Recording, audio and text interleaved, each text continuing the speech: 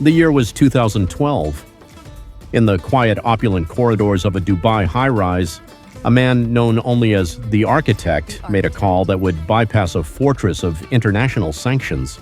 On the other end in Tehran sat a figure whose wealth was as vast as it was invisible, a man whose name was whispered in gilded cages, a true shadow billionaire. This wasn't a back-alley deal. It was a sophisticated financial maneuver orchestrated with precision, moving millions through a labyrinth designed to be impenetrable. At stake, a critical supply of medicine for a nation under immense pressure, and a fortune that would only grow larger in the shadows. Western powers believed their iron grip of sanctions was crushing, but for men like the Architect and his unseen patrons, it was merely a puzzle to be solved. A challenge that forged new, darker pathways to power and unimaginable wealth. This single transaction, repeated hundreds of times, wasn't just about survival, it was about thriving in the face of global opposition. And how they did it, how they built empires out of thin air, remains one of the most astonishing stories of our time. But to understand the true scale of their power, we must first journey back to where it all began. To truly grasp the phenomenon of Iran's shadow billionaires, one must first understand the crucible from which they emerged, the Islamic Revolution of 1979. When the Shah's government collapsed, it didn't just usher in a new political system, it fundamentally reshaped the economic landscape. The established business elite, many tied to the old regime, either fled or saw their assets seized.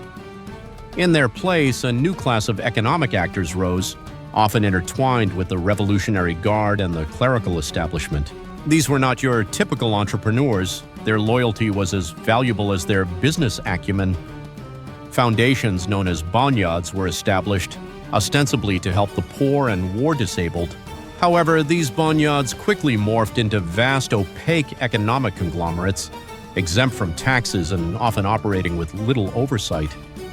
They controlled everything from automotive manufacturing to agriculture, real estate to oil. This created a dual economy, a struggling public sector hobbled by ideology and mismanagement, and a hidden, powerful network thriving in its own regulatory vacuum.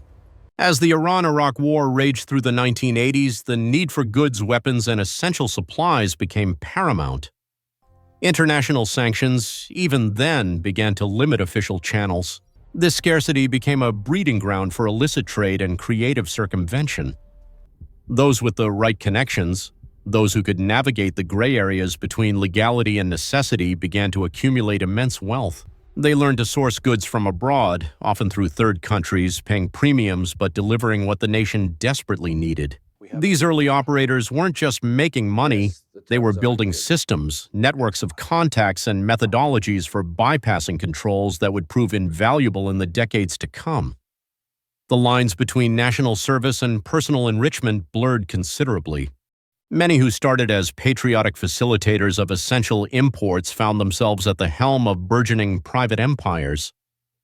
It was during this turbulent era that the first true shadow fortunes were quietly amassed, laying the groundwork for the powerful figures we see today. But the real test and the catalyst for their exponential growth was yet to come with the tightening noose of Western sanctions. When the international community began to impose increasingly stringent sanctions on Iran, particularly from the early 2000s onwards due to its nuclear program, the intent was clear: cripple the economy, force compliance. What actually happened was far more complex. For a specific class of individuals and entities, sanctions didn't just create obstacles, they created opportunities of unprecedented scale.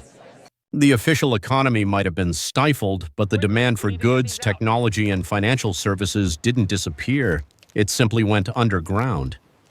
This is where the shadow billionaires truly began to flourish, transforming the art of evasion into a multi-billion-dollar industry. They developed intricate, multi-layered strategies. One common tactic involved shell companies, businesses registered in countries with lax financial regulations, often in the Persian Gulf or Southeast Asia. These companies would act as intermediaries, obscuring the true origin and destination of funds and goods. A shipment of, say, industrial machinery from Europe destined for Iran would first go to a port in Malaysia, then be relabeled and sent on to Iran as if originating from Malaysia. Payments would follow an equally circuitous route, often involving multiple banks in different jurisdictions, making it nearly impossible to trace. This phantom shipping and ghost financing became their bread and butter. Another crucial element was the human network. These weren't just faceless transactions, they relied on trusted individuals, fixers, brokers, and money changers in places like Istanbul, Dubai, and Hong Kong. These intermediaries, often non-Iranians, acted as buffers, providing plausible deniability. They understood the nuances of international trade law, the loopholes in banking regulations, and the art of discretion. Their services came at a high price, adding significant cost to every transaction, but in a sanctioned environment, this premium was unavoidable and profitable for all involved. The more complex the sanctions became, the more sophisticated and expensive the evasion methods grew, inadvertently enriching those who mastered them. This continuous cat-and-mouse game wasn't just about moving money, it was about building parallel financial systems, effectively creating an alternative global economy for sanctioned states. But these operations weren't just about trade, they also extended into the very heart of Iran's most valuable asset, oil. Oil, the lifeblood of Iran's economy, also became one of the most challenging assets to move under the weight of sanctions. Yet Iran continued to export millions of barrels, generating billions in revenue. How? Through an incredibly sophisticated oil laundering machine run by these same shadow networks. It started with identity theft on an epic scale. Iranian crude would be transferred from one tanker to another on the open seas, a practice known as ship-to-ship transfer. The receiving tanker, often owned by a foreign company acting as a front, would then alter its transponder data, effectively turning off its tracking system or broadcasting false information about its origin. This dark fleet became infamous.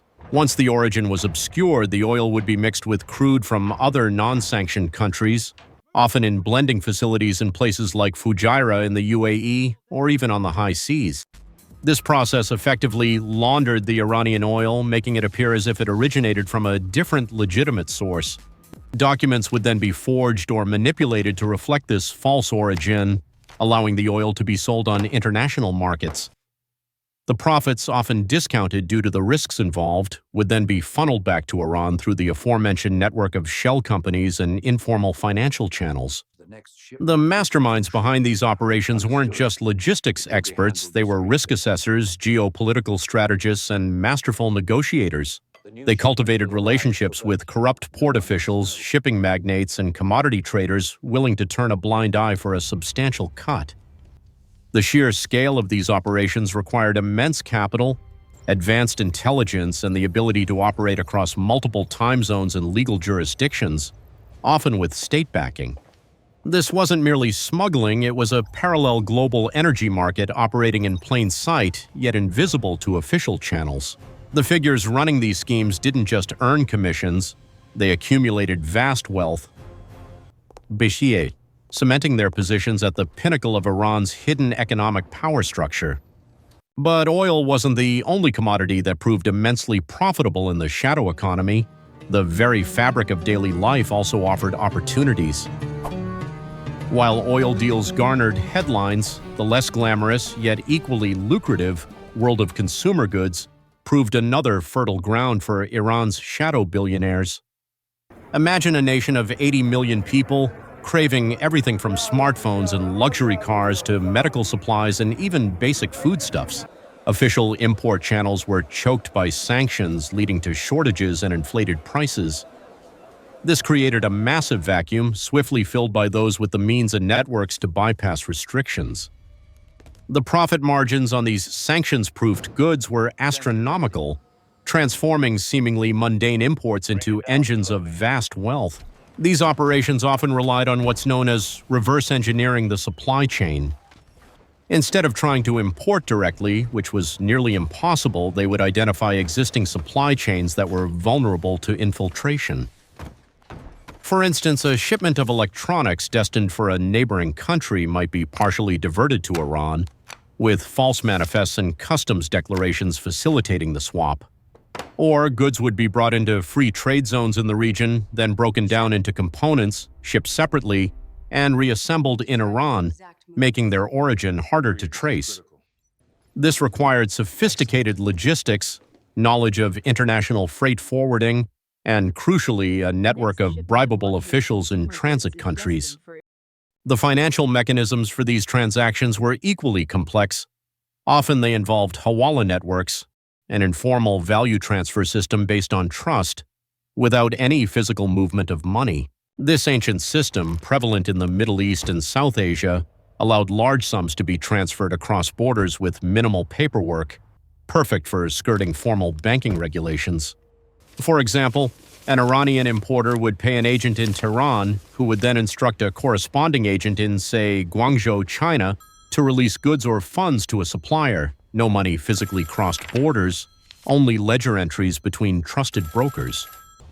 This system, combined with the use of cryptocurrencies in more recent years, provided the liquidity needed to keep the flow of consumer goods uninterrupted, generating staggering profits for the orchestrators. These aren't just one-off deals. They represent a continuous, high-volume trade that has woven itself into the fabric of Iranian daily life, making these shadow networks indispensable and incredibly rich. But these billions weren't just sitting in bank accounts. They were being used to fund a much larger geopolitical agenda. The wealth accumulated by Iran's shadow billionaires isn't merely for personal luxury. It serves a much broader strategic purpose. These fortunes are inextricably linked to the geopolitical ambitions of the Iranian state, funding its regional proxies, military programs, and clandestine operations. For instance, the revenue generated from illicit oil sales or the markup on sanctioned goods doesn't just line private pockets. A significant portion is believed to be siphoned off to support groups like Hezbollah in Lebanon, Hamas in Palestine, or various militias in Iraq and Syria. This financial lifeline is crucial for projecting Iranian influence across the Middle East, essentially giving Tehran an alternative budget for its foreign policy objectives, insulated from official economic pressures. One of the most significant beneficiaries of this shadow funding is Iran's missile program. While official channels for purchasing advanced components are blocked, the same networks used for consumer goods or oil laundering are repurposed to acquire dual-use technologies, items that have both civilian and military applications, from international markets. Highly specialized parts, guidance systems, and raw materials are procured through front companies in Asia or Europe, then shipped through elaborate transit routes to Iran, where they are integrated into its domestic weapons manufacturing. The cost of these items is inflated by the risk, but the shadow billionaires facilitate their acquisition, acting as indispensable conduits for national security objectives. This deep integration of financial power with political and military objectives means that the shadow billionaires are not just business magnates, they are key players in Iran's strategic calculations. Their ability to generate vast, untraceable funds gives the regime an unparalleled degree of autonomy from international pressure. They are, in essence, the financiers of a parallel foreign policy, enabling Tehran to pursue its agenda even when its formal economy is under siege. This makes their disruption incredibly challenging, as targeting these financial arteries would require dismantling deeply entrenched and internationally distributed networks. The very sanctions designed to weaken Iran have paradoxically strengthened this powerful and shadowy class, creating a self-sustaining ecosystem of defiance. But what does this mean for the future, and what does it reveal about power itself? The saga of Iran's shadow billionaires is more than just a tale of illicit finance. It is a profound lesson in resilience, adaptation, and the unintended consequences of global power struggles. For decades, the world's most potent financial weapons, sanctions, were deployed with the aim of bringing a nation to its knees. Yet within that pressure cooker, a new kind of power emerged, forged in secrecy and fueled by necessity. These individuals, operating in the unseen corners of global trade and finance, didn't just survive, they thrived, building empires of wealth and influence that defied conventional understanding. They transformed obstacles into opportunities, turning every closed door into a new hidden pathway. Their story reminds us that true power is not merely about control, but about the relentless, ingenious pursuit of a goal, even when the odds seem insurmountable. It's a testament to the human capacity for innovation, both light and dark, and a chilling revelation of how wealth, once amassed, can become an unstoppable force, shaping nations and redrawing the invisible maps of global influence, sanctioned but never truly stopped.